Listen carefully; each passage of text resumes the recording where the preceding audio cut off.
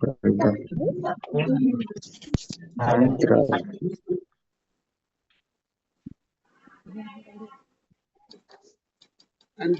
மாணவ செல்வங்களுக்கு வணக்கம். நாங்கள் பரீட்சையை நோக்கி வெகு வேகமாக பயணித்துக் கொண்டிருக்கின்றோம். நிச்சயமாக பரீட்சை உங்களுக்கு இலகுவாக அமைவதற்கு நீங்கள் தொடர் முயற்சியை மேற்கொள்ளும்படி கேட்டுக்கொண்டு நான் இன்று கற்பிக்க இருக்கின்ற விடயங்களுக்கு நுழைகின்றேன். அதாவது பிள்ளைகள், நான் இன்று ஒரு பரீட்சைத்தாள், அதாவது 4 வினாக்கள், தெரிந்தெடுத்த வினாக்கள் உங்களுக்கு அனுப்பியிருந்த நான் அது பிள்ளைகள் பார்த்து அதற்கு விடைகளை எழுதி அனுப்பியிருக்கிறீர்கள். ஆனால் விடைகளை நான் இந்த வகுப்பில் தான் வழங்குறதா சொன்னேன் நான். அப்போ நீங்கள் வகுப்பில் நான் விளக்கம் தருகிற போது அந்த கேள்விக்கான விடை விளக்கத்தை பாருங்கோ. அதாவது எதிர்பார்ப்பு வினாக்கள் என்ற தலைப்பில் நான் இந்த வினாக்களை உங்களுக்கு தந்திருந்தேன் நான். அப்ப அந்த வினாக்கள் அப்படியே எதிர்பார்த்து விட வேண்டாம். அதை செய்வதால உங்களுக்கு எப்படிப்பட்ட வினா வந்தாலும் செய்யக்கூடிய ஒரு ஆற்றலை பெற முடியும் என்பதுதான் அதுல முக்கிய விடயம். ஏனென்றால் சிலர் இருக்கிறார்கள், முட்டாள்தனமாக கேட்பார்கள், சார் அப்படின்னா அந்த எக்ஸாம் அந்த கேள்வியை பாடமாக்கி கொண்டே அதே அப்படியே செய்ய தோன்றும். இதை போல முட்டாள்தனமான கேள்வி எங்கே இருக்க முடியுமா? அப்படி யோசிக்க வேண்டாம். அதே கேள்வி அப்படியே வருமென்று நான் அப்படி கேள்வியை சொல்வேன் என்றால் அது எனக்கு நான் ஒரு பாரதூரமான பிழை செய்கிறாளா போயிடும். அப்ப இது நாங்கள் எதிர்பார்ப்பு வினாக்கள் என்று தர வினாக்களை கொண்டு நீங்கள், அதாவது இது மாதிரி எப்படி கேள்வி வந்தாலும் விடையளிக்கக்கூடிய ஒரு ஆற்றலை பெறுவதுதான் முக்கியத்துவம் ஒழிய நான் உங்களுக்கு அப்படியே வினாவை தர முடியும் என்று நீங்க நினைத்தால் அது உங்களோட தவறு. சரி பிள்ளைகள், நான் இப்ப இந்த தாளுக்கு விளக்கம் தரப்போகின்றேன். அதாவது விடை காண்கின்ற விளக்கங்கள்.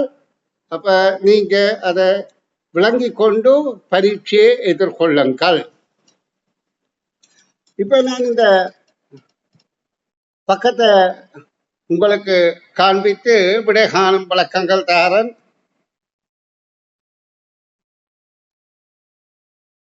இதுல முதலாவது கேள்வி ஒவ்வொரு கேள்வியாக வாசித்து விளக்கம் சொல்றேன், கவனிங்கோ. சுதன் ஒரு வேலையை 6 மணித்தியாலங்களில் செய்வார்.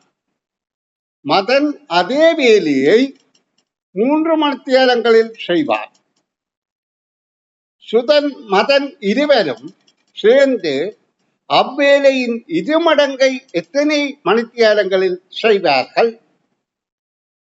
அப்ப இந்த கேள்வியில உள்ள விடயம் உங்களை விளங்கிக் கொள்ளணும். இதுல மதன் சுதன் என்பவர் 6 மணித்தியாலத்தில் செய்கிற வேலையே மதன் 3 மணித்தியாலத்தில் செய்வார். அப்ப வேகமாக வேலையை செய்கிறது யார்? மதன். சுதன் அவரை விட அரைவாசிதான் வேலை செய்கிறார். அதாவது சுதன் வேலை செய்வதை விட 2 மடங்கு வேகமாக மதன் வேலை செய்கிறார். அது 2 மடங்கு. அடுத்த பக்கம் பார்த்தால் மதன் வேலை செய்கிறது அரைவாசிதான் சுதன் வேலை செய்கின்றார். இப்ப சுதன் 6 மணித்தியாலத்துல செய்கிற வேலைய மதன் 3 மணித்தியாலத்துல செய்து முடித்து முடிவார். இப்ப எங்களுக்கு தெரியுது, இவரை போல, அதாவது சுதனை போல 2 மடங்கு வேகத்துல மதன் வேலை செய்கிறார். இப்ப கேள்வி என்ன, இந்த ஒரே வேலையை முதல்ல அவ்வேலையின் 2 மடங்கை எத்தனை மணித்தியாலங்களில் செய்வார்கள் என்பதற்கு நாங்கள் அதிர்ந்து 1 மடங்கை பார்த்து அதை 2ஆல் பெருக்கிவிட்டால் 2 மடங்கு எத்தனை மணித்தியாலங்கள் என்று தெரிய வரும். இப்ப 1 மடங்கு என்றால், அதாவது சுதன் செய்கிற வேலை 6 மணித்தியாலத்தில் அந்த வேலையை செய்வார், மதன் 3 மணித்தியாலத்தில் செய்வார். 2 பேரும் சேர்ந்து விட்டால், இப்ப அதுக்குள்ள மதன் இருக்கிறார், வேகமாக செய்யக்கூடியவர். சுதன் இருக்கிறார், அவரை விட அரைவாசி வேகமாக செய்யக்கூடியவர். அப்ப இந்த கணிப்புக்கு ஒரு, அதாவது இலகு வழி இருக்கின்றது. என்னென்றால், அவர்கள் இருவரும் செய்கிற நேரத்தை கூட்டி, அதாவது 6 மணித்தியாலத்தில் அந்த வேலையை ஒருத்தர் செய்வார், அடுத்தது 3 மணித்தியாலத்தில் செய்வார். அந்த எண்ணால ஆறையும் மூண்டையும் பெருக்கி, அதற்கான விளக்கம் நான் சொல்றேன். ஆறையும் மூண்டையும் பெருக்கினால் 18. 18க்குள்ள அந்த எண்ணால இதை கூட்டிய எண்ணை வகுத்தால் எத்தனை மணித்தியாலங்கள் என்று தெரியும். அதாவது இப்ப இதை வகுத்தால் 18 9ஆல வகுத்தால் 2. அப்ப 2 மணித்தியாலத்தில் இவர் 2 பேரும் சேர்ந்தால் வேலை செய்வார்கள். இதுல 2 மடங்கு என்றபடியால் 4 மணித்தியாலங்களில் வேலை செய்வார்கள் என்பதுதான் கேள்விக்கான விடை. இதுக்கான விளக்கம் தருகிறேன் பாருங்கோ. உங்களுக்கு இந்த சமன்பாடுகளை வைத்து நீங்கள் கேள்விகளுக்கு விடை கூற முடியாது. நீங்க விளங்கி கொண்டு விடை கூற வேண்டும். அப்ப இதுல என்ன விளங்கிக் கொள்வது என்றால், இப்ப பாருங்க, அந்த வேலையை 3 மணித்தியாலத்தை 1 மடங்கு வேலையை தான் முதல் கருதுகிறார். இவர் 3 மணித்தியாலத்தில் அந்த வேலையை செய்து முடிப்பார் என்றால், இவர் 2 மணித்தியாலத்தில் செய்கிற வேலை மிகுதி 1 மணித்தியாலத்தில் வேலை செய்கிற வேலையை மற்றவர் 2 மணித்தியாலத்தில் செய்வார். பாருங்க, அதாவது 3 மணித்தியாலத்தில் இவர் செய்கிற வேலையை 1 மணித்தியாலத்தை இவரு கொடுத்துட்டு இவர் 2 மணித்தியாலத்தில் அந்த வேலையை செய்தால், இவர் 1 மணித்தியாலத்தில் செய்த வேலையை 2 மடங்கு மெதுவாத்தானே அவர் செய்கிறார். 2 மடங்கு அல்ல, அரவாசி. அப்ப இவரும் 2 மணித்தியாலத்தில் அவர் 1 மணித்தியாலத்தில் செய்கிற வேலையை செய்வார். அப்ப மொத்தம் 2 மணித்தியாலம் 2 பேரும் சேர்ந்து வேலை செய்கிறோம் என்றது எங்களுக்கு தெளிவாகின்றது. இது மாதிரித்தான் பிள்ளைகள் சிந்தனையை தூண்டுகிற வினாக்கள் இருக்கலாம் என்பதற்குத்தான் இதை எதிர்பார்ப்பு வினான்னு சொல்றேன். இப்ப இதுக்கு உங்களுக்கு சிந்தித்து விடைகான விளக்கம் தெரிய விளக்கம் தெளிவாக இருந்தால் நீங்க அரச பரீட்சையிலையும் இந்த மாதிரியான வினாக்களுக்கும் விடையளிப்பீர்கள்.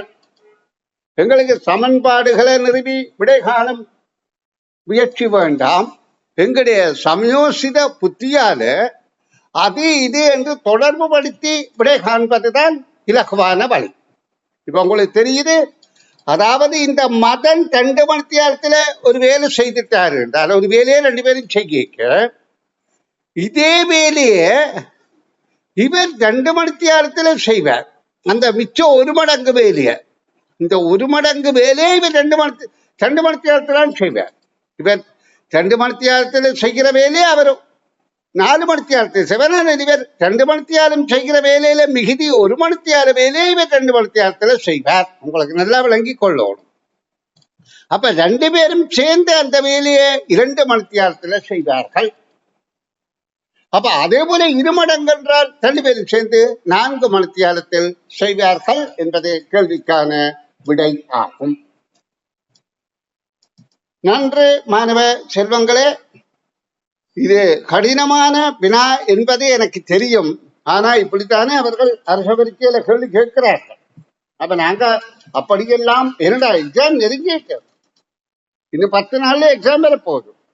அப்ப இந்த கட்டத்துல இது கஷ்டமான கேள்வி என்று இதை ஒதுக்கி வைத்தால் பிழை.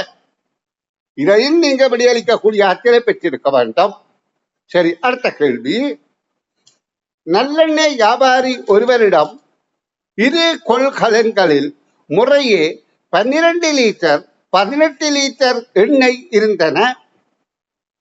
அவற்றை அதிகபட்சமாக ஒரே வகை சிறு போத்தல்களிலிட்டு விற்பனை செய்ய விரும்பினார். அவரிடம் 350 milli litre, 500 milli litre, 750 milli litre அளவுகள் கொண்ட போத்தல்கள் இருந்தன. அவர் விற்பனைக்கு தயார் செய்த போத்தல்களின் எண்ணிக்கை யாது? இப்ப நாங்க இதுல பார்க்கணும். 12 லிட்டர் ஒரு கலன்ல இருக்கின்றது, அடுத்த கலனில 18 லிட்டர் இருக்கின்றது. அப்ப மொத்தம் 30 லிட்டர்கள் இருக்கின்றது. இங்க மில்லி மீட்டர் அளவு போத்தல்கள் தான் இருக்கின்றது. ஆனா அதிகபட்ச போத்தலை அவர் தயார் செய்ய விரும்புகிறார். அதிகபட்ச போத்தலை தயார் செய்ய விரும்புகிறார். ஆனா ஒரே வகை போத்தலாக இருக்கணும். அப்ப நாங்க இதுல பார்க்கணும் பிள்ளைகள், 30 லிட்டரை நாங்க மில்லி லிட்டரை மாத்தினால் அது 30,000 மில்லி லிட்டரா மாறும்.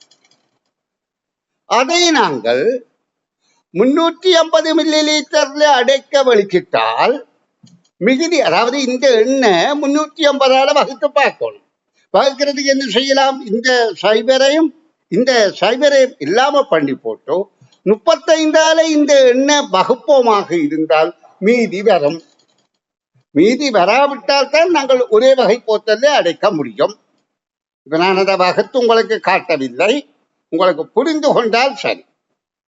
இதே நேரம் இந்த 3000 30,000 பூஜ்ஜியத்தை வட்டி போட்டேன், 500 பூஜ்ஜியத்தை வட்டினால் 50ஆல வகுத்தால் மீதி இல்லாமல் வகுக்க முடியும்.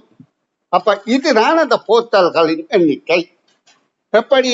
30ல் 50 வராது, 300ல் 6 50கள் இருக்கின்றது. அப்ப மிகுதி இந்த பூஜ்ஜியத்தை மேலே ஏற்றி விட்டோமா இருந்தால் 60 போத்தல்கள் என்பது கேள்விக்கான விடையாகும். சரி பிள்ளைகள், இனி அடுத்த வினாவுக்கு வருகின்றேன். அடுத்த வினாவை கவனிங்கோ. அந்த வினாவில நான் உங்களுக்கு அந்த வினாவை காண்பிக்கிறேன் தெளிவாக. ABC எனும் 3 கடிகாரங்கள் உள்ளன. A கடிகாரம் 5 நிமிடங்களுக்கு ஒரு தடவை ஒலி எழுப்பும்.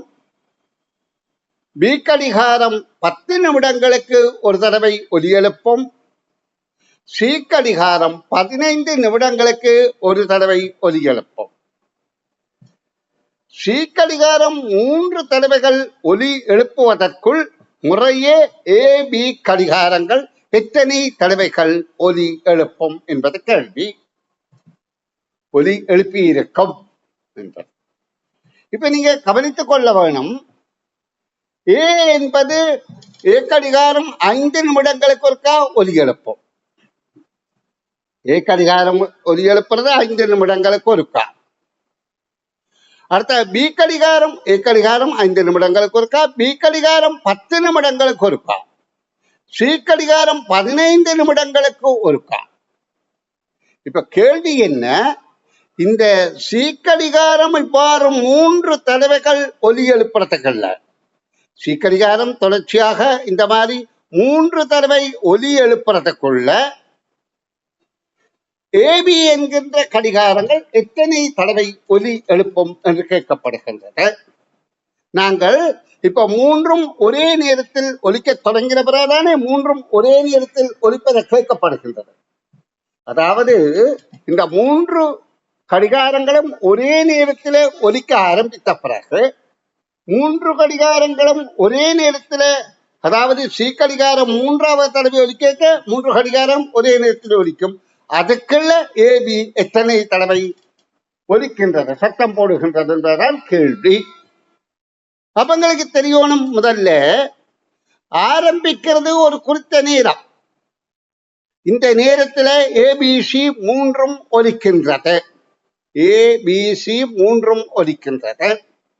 இனி இந்த C என்பது 15 நிமிடம், 30 நிமிடம், 45 நிமிடங்கள் 3 தடவை ஒலிப்பதற்குள்ள, அதாவது நல்லா கவனித்துக் கொள்ளுங்க, முதல் 15 நிமிடத்துக்குள்ள, அடுத்த 15 நிமிடத்துக்குள்ள, அடுத்த 15 நிமிடத்துக்கு 3 இடைவெளிகளுக்கு இடையில இந்த, அதாவது A கடிகாரம் அல்ல C கடிகாரம், இதை நாங்கள் இப்ப பார்க்க வேண்டியது C கடிகாரமா. AB 3 இருக்குது.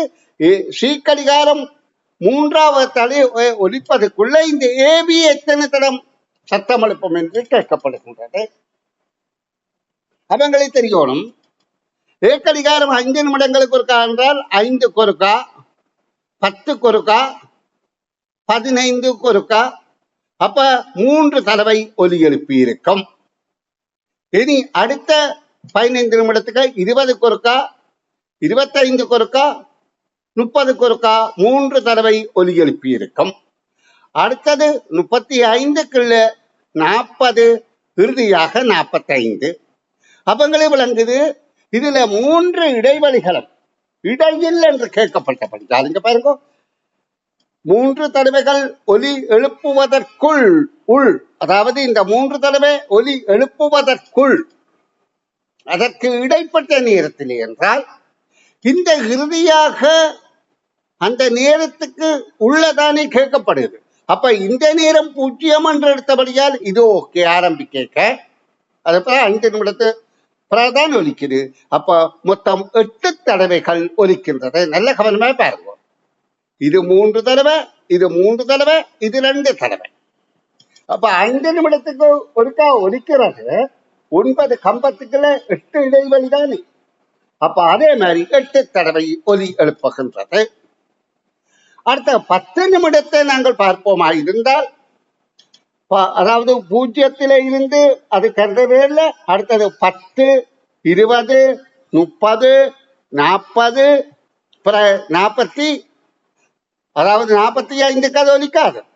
அப்ப இது 4 தடவைகள் ஒலிக்கின்றது. அதாவது அது 10 நிமிடங்களுக்கு ஒருக்கத்தான் ஒலிக்குது. 10 நிமிடம், 20, 30, 40 வரைக்கும். அப்ப அது 4 தடவை. அப்ப கேள்விக்கான விடை 8, 1 என்பது ஆகும். நிச்சயமாக எனக்கு தெரியும் இந்த கேள்விகள் 1 வயது பிள்ளைக்கு, அதாவது நீங்கள் 8, 4, அதாவது 10 வயது பிள்ளைகளுக்கு கொஞ்சம் கடினமான கேள்விதான். ஆனால் இப்படிப்பட்ட கேள்விகளை நீங்கள் அரச பரீட்சைக்காக சந்திக்க வேண்டி இருக்கின்றன. இத நீங்க சுயமாக சிந்தித்து விட கண்டிருந்தால் உண்மையில அதிதிறமைசாலியாக இருப்பீர்கள்.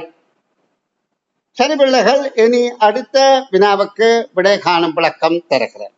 இது இந்த பக்கத்தின் இறுதி வினா. யானை பூனையா மாடு பாடுமா எனும் இரு வினாவாக்கியங்களில் உள்ள ஒற்றுமை போல. என்ன ஒற்றுமை? 2 வினாவாக்கியமே இருக்குது. யானை பூனையா? இல்லையே, யானை யானைதான், பூனை பூனைதான். மாடு பாடுமா? மாடு பாடாது. எனும் இரு வினாவாக்கியங்களுக்கு உள்ள ஒற்றுமை போல மாறுமா, வாழ்வா, மானமா என்னும் சொற்களில் உள்ள ஒற்றுமை யாது? அப்ப இது ஒரு விகடமான விவேகமான சிந்தனைக்குரிய கேள்வி. அதாவது இந்த ஞானை பூனையா என்பதை இடமிருந்து எழுத்துக்கூட்டி வாசித்தாலும் பலமிருந்து இடமாக எழுத்துக்கூட்டி வாசித்தாலும் ஒரே கருத்துள்ள சொற்கள் தான் வருகிறது. யானை பூனையா, திருப்பி பார்த்தாலும் யானை பூனையா. அதாவது விகட கவி போல, விகட கவி திருப்பி பார்த்தாலும் விகட கவி, திகதி திருப்பி பார்த்தாலும் திகதி. அடுத்தது மாடு ஓடுமா, இங்கிருந்து பார்த்தாலும் மாடு ஓடுமா, இங்கிருந்து பார்த்தாலும் மாடு ஓடுமா. அப்ப இந்த சொற்கள்ல என்ன இதுல உள்ள ஒற்றுமை என்றால், இடமிருந்து பலமாக உச்சரித்தாலும் பலமிருந்து இடமாக உச்சரித்தாலும் ஒரே விடயம்தான். அதே போல மாறுமா என்பதும் இடமிருந்து பலமாக வந்தாலும் பலமிருந்து இடமாக வந்தாலும் அதான். வாழ்வா, அதுக்கும் அப்படித்தான்.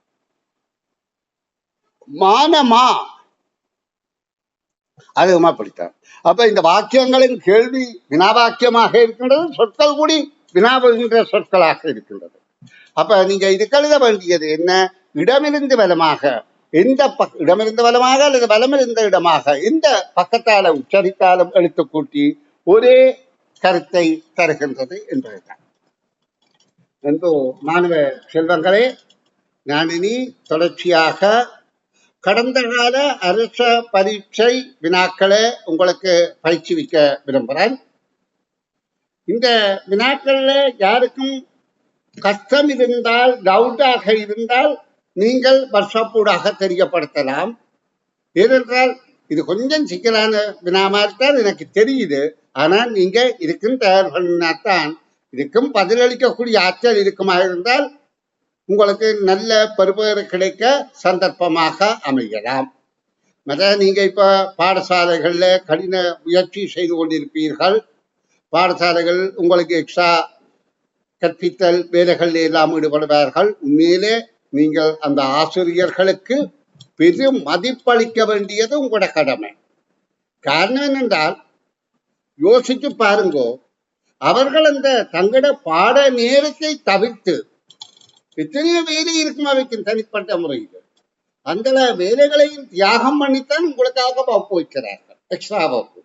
அப்ப நீங்க அதை சலிப்பாக எடுத்துக்கொள்ளக்கூடாது. சிலருக்கு அப்படியும் இருக்கும், இது என்ன பெரிய உபத்திரவம் உண்டு. ஆனபடியால் உங்களை கருதித்தான் அவர்கள், உங்களுடைய எதிர்காலத்தை கருதித்தான் அவர்கள் வைக்கிறார்கள்.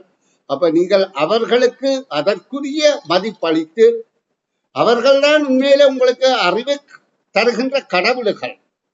இப்ப கோயிலுக்கு போறீர்கள் கடவுளை என்று சொல்லி, ஆனா கோயில்ல நாங்கள் ஒன்றே கண்டதை காண இல்லை. கோயிலுக்கு போறோம், கும்பிடுறோம், வழிபடுறோம், ஒரு வழிமுறை எங்களுக்கு தெரியுது. ஆனா கோயில்ல நாங்கள் ஒன்றே காண இல்லை. ஆனா இங்க பாடசாலையிலே ஆசிரியர்கள் ஊடாக அவர்களுடைய சேவையை காணுகின்றோம். அப்ப அதை முதல் மதிக்க பழக்குங்கள் என்று கூறிக்கொண்டு, நான் இனி உங்களுக்கு அடுத்த என்னுடைய சேகரித்து வைத்துள்ள வினாக்களில் இருந்து தொடர்ச்சியான வினாக்களுக்கு விளக்கம் தருகின்றேன், கவனியுங்கள். இது கடந்த காலங்கள்ல நடந்த அரச பரீட்சை வினா. சில நகரங்களுக்கிடையே உள்ள தூரங்கள் பின்வரும் உருவிலே கிலோமீட்டரில் தரப்பட்டுள்ளன.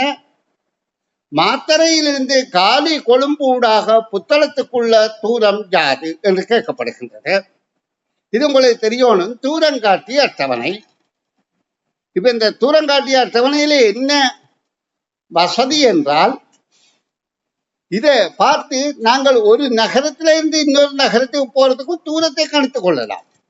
மாத்தறையில உள்ள ஒருவர் தான் மாத்தறையில இருந்து கொழும்புக்கு செல்ல எவ்வளவு தூரம் என்றால், மாத்தறைக்கு நேரே வந்து கொழும்புக்கு கீழே நேரே வந்து, அதாவது நிரையாகவும் நிரலாகவும், அதாவது நிரையாக வரிசையாக மேலிருந்து கீழாக நிரலாக வந்தால் மாத்தறையிலிருந்து கொழும்புக்கான தூரத்தை அவர் காணக்கூடியதாக இருக்கும். அதே போல காலியில இருந்து கொழும்புக்கு புத்தளம் போற ஒருவர் இப்படியாக வந்து தூரத்தை கணித்துக் கொள்ளலாம். ஒவ்வொரு இடங்களுக்கான தூரம் இங்க இருக்குது. இப்ப இதை நாங்கள் ஒரு தூரம் காட்டுகின்ற வரைவாக கீறுவோமா இருந்தால், இப்ப புத்தளத்தை இப்படி போட்டு இப்படியாக நாங்க போட்டால், இப்படி போட்டால் இதுதான் மாத்தறை என்றால், இதே காலி என்று வைத்துக் கொள்வோம். காலிக்கு அடுத்து இது கொழும்பு என்று வைத்துக் கொள்வோம். இது புத்தளம் என்று வைத்துக் கொள்வோம். சரி, இப்ப நாங்கள் இந்த தூரங்களை இதுல குறித்து காட்டுவதாக இருந்தால் நல்லா கவனிப்போம். மாத்தறையிலிருந்து காலிக்கான தூரம் 45 கிலோமீட்டர். அப்ப இது 45 கிலோமீட்டர். பிறகு காலியிலிருந்து கொழும்புக்கான தூரம் 116 கிலோமீட்டர். கொழும்பிலிருந்து புத்தளத்துக்கான தூரம் 142 கிலோமீட்டர். இது தனித்தனியாக ஒவ்வொரு இடத்தின் தூரம் தரப்பட்டிருக்கு. இப்ப அடுத்து நாங்க மாத்தறையில இருந்து கொழும்புக்கான நேரடி தூரத்தை பார்த்தால், இதுல மாத்தறையில இருந்து கொழும்புக்கான நேரடி தூரத்தை பார்ப்போமாக இருந்தால், மாத்தறையில இருந்து கொழும்புக்கான தூரம் அப்படி என்றால் இது ரெண்டையும் கூட்டிய விடைதான் தருகின்றது. பாருங்க, 5ஐயும் 6ஐயும் கூட்டினால் 1 வீதி, அதை இங்க கூட்டினால் 2, 2 4 6, திரும்ப 1, அப்ப 161. அப்ப இந்த தூரம் 161